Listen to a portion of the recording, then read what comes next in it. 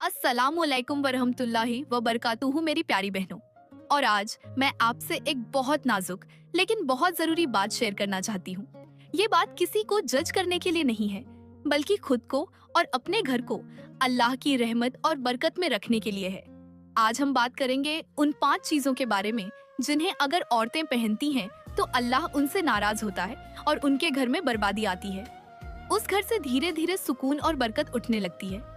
मेरी बहनों, याद रखिए, इस्लाम औरत को कैद नहीं करता, बल्कि उसे इज्जत, हिफाजत और सुकून देता है। जब औरत अल्लाह के बताए हुए रास्ते से हटती है तो नुकसान सबसे पहले उसी के दिल और उसके घर पर असर डालता है। पहली गलती है ऐसे कपड़े पहनना जो बहुत टाइट हों, जिस्म को उभार कर दिखाते हों या जिनसे पर्दे का मकसद खत्म हो जाए। रसूलुल्लाह सल्लल्लाहु अलैहि वसल्लम ने फरमाया कि आखिरी जमाने में कुछ औरतें कपड़े पहनकर भी नंगी होंगी।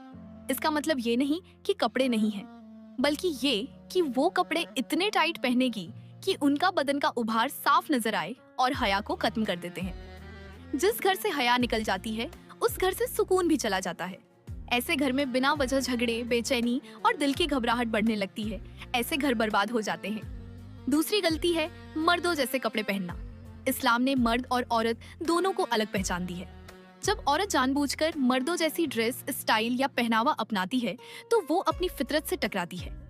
रसूलुल्लाह सल्लल्लाहु अलैहि वसल्लम ने मर्दों की नकल करने वाली औरतों को नापसंद फरमाया है। फितरत के खिलाफ चलने से घर में ज़हनी तनाव, रिश्तों में कड़वाहट और बच्चों की तरबियत पर बुरा असर पड़ता है।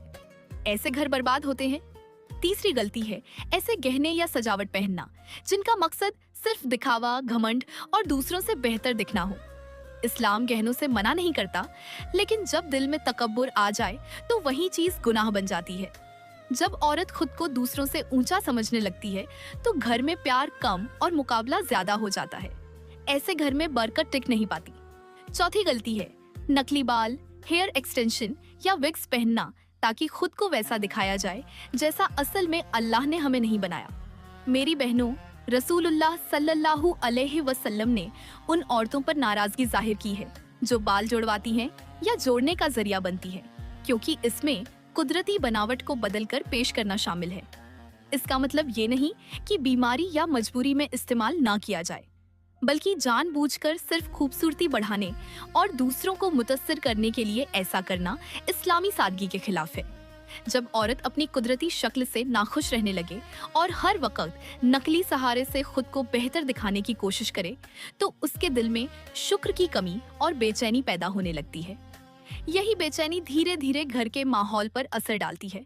रिश्तों में कनात कम होता है और दिल का सुकून घटने लगता है। अल्लाह को बनावटी खूबसूरती नहीं, बल्कि शुक्र, सादगी और दिल की पाकीज़गी पसंद है, और वही चीज घर में असली बरकत लाती है। पांचवी गलती है ऐसे गहने पहनना जिनसे आवाज निकलती हो, जैसे घुंघरू या बहुत ज्यादा खनकने वाले जेवर। जब औरत चलती है और उसकी आवाज गैर महरम की तवज्जो खींचे तो ये इस्लाम की हया के खिलाफ है। कुरान हमें निगाह और शर्म की हिफाजत का हुक्म देता है। जो चीज बाहर फितना बने, वही चीज घर के अंदर भी परेशानी बन जाती है। पाजेब या आवाज बजने वाली पायल पहनने से घर में बर्बादी आती है। जिस घर में पायल में घुंघरू की आवाज आए, फरिश्ते उस घर पर लानत भेजते हैं। मेरी बहनों, यहाँ बर्बादी का मतलब ये नहीं कि घर टूट जाएगा।